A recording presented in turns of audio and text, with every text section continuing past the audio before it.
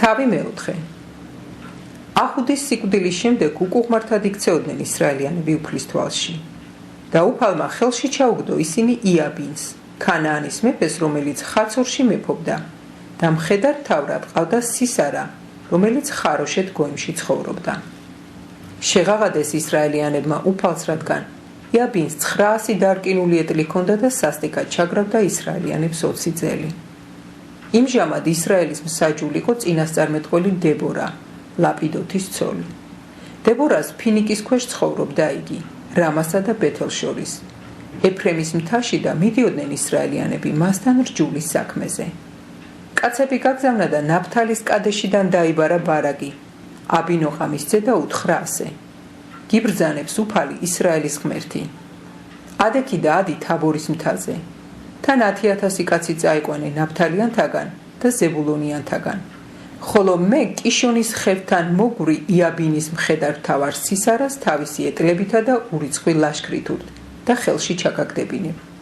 ბარაკმა უთხრა: თუ წამომყვები წავალ, თუ არ წამომყვები არ წავალ, რადგან არ ვიცი რა დღეს მომივლენს უფალი თავის ანგელოს.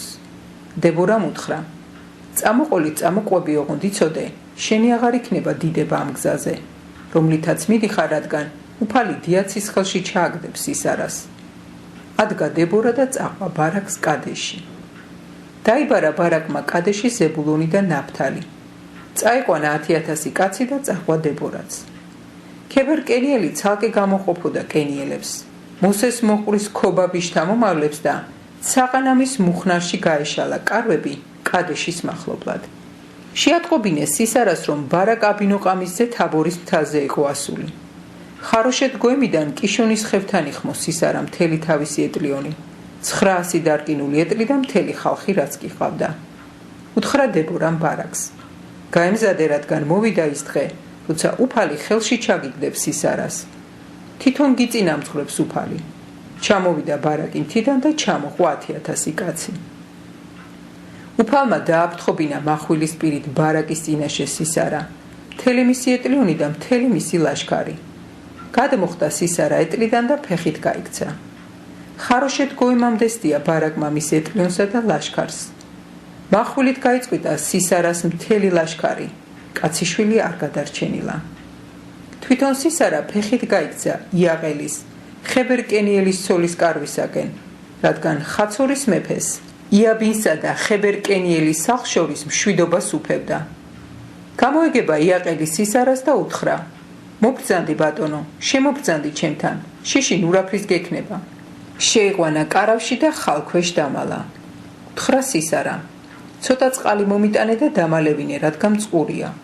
გაუხსნა ქალმა რძით სავსედიკი, დაალევინა და ისევ წააფარა ხალი. უთხრა სისარა: კარვის კართან დადექი. თუ ვინმე ჩამოიაროს და კითხოს, ვინმე ხომ არ არისო, მან მიუგი არა თქო. იაყელმა, ხებერის ცოლმა, აიღო კარვის პალო. ხელში ურო დაიკავა.